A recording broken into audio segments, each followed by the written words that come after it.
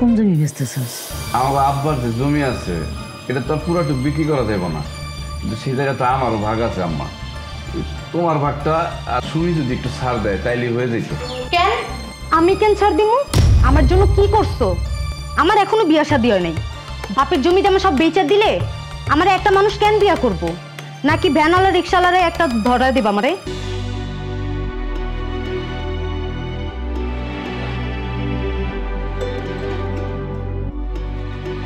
কিরে বাবা?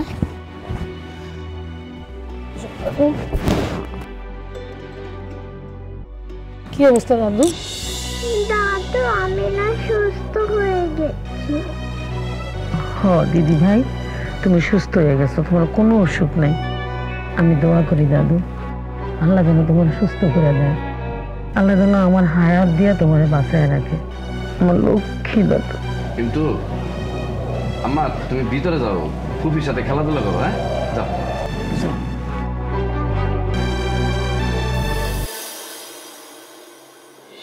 মেয়েদের ডাক্তার কি কইছে?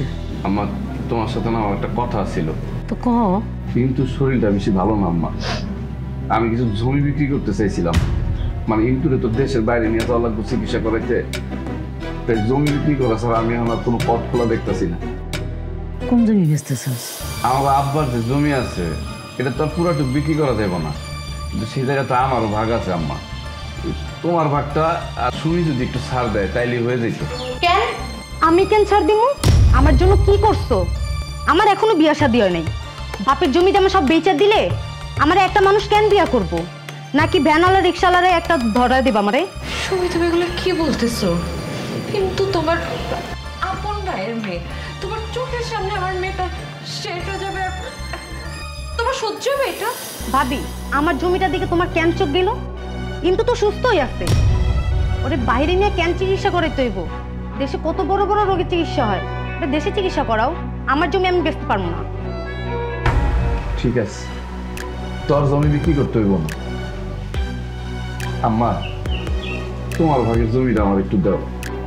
আমার তো আর কিছু নাই যে আমি বিক্রি করবো। আমার যা কিছু আছে সব তো আমি বিক্রি করে ফেলাইছি।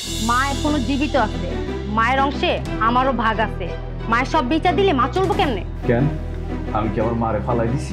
এখনো তার নামে জমি জমা আছে দেখা কিছু করো নাই। সব জমি জমা বিক্রি করে দিলে তার ফালাই দিতে কতক্ষণ? তুমি কেন আম্মার কথা নিজের গায়ে টেনে বলতেছো? আমার একটু বলো তো। আম্মা বলুক না যে তার নাতনির জন্য সে তার জমি বেচবে নাকি দান করবে, তারা বলতে দাও। তুমি এই বাড়িতে কয়দিন থাকবা? বৌমা, আমার মেয়ে কিন্তু উচিত কথাই কইছে, কথাটা মন্দ কয়নি। তোমার সন্তান তোমার যেরকম আদরের, তার জন্য তোমার চিন্তা।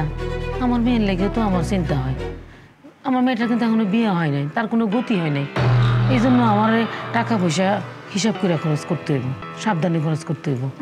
সব জমি দিয়ে বেচালাম, তাহলে আমার মেয়ের বিয়েতে এত টাকা কোত্থেকে খরচ করবো? তোমার অংশের টাকা তো তোমরা নাতিনের চিকিৎসায় খরচ করে ফেলাইছো। কি বললেন আম্মা? তাই বলে আমার মেয়ের চিকিৎসার থেকে আপনার মেয়ের বিয়েটা বেশি গুরুত্বপূর্ণ হয়ে গেল? শুনো ভাবি, কিন্তু জীবন মরণ আল্লাহর হাতে। আমার হক কায়রা নিয়া তোমার সন্তানদের যে সুস্থ করবা তার কি গ্যারান্টি আছে? সে যে সুস্থ হবে সেটার কোনো গ্যারান্টি দিতে পারবা? আমার হক আমি বেচবো না। আমার মায়ের সম্পত্তিটা আমারও ভাগ আছে। কারো হকে আমি বাধা দিব না। যার যার হক সে সে ভোগ করবে। আর আমার সন্তান অসুস্থ, তো তার চিকিৎসা আমি নিজেই করাবো। উপরে একজন আছে না, আল্লাহ, সে সব ব্যবস্থা করে দিব আমাদের। মানে বৌমাও তো বাপের বাড়ির সম্পত্তি হইব, হে তার ভাগের সম্পত্তি আইনে বেচছে তো নাতনির চিকিৎসা করাইতে পারে। এত টেনশনের তো কিছু নেই।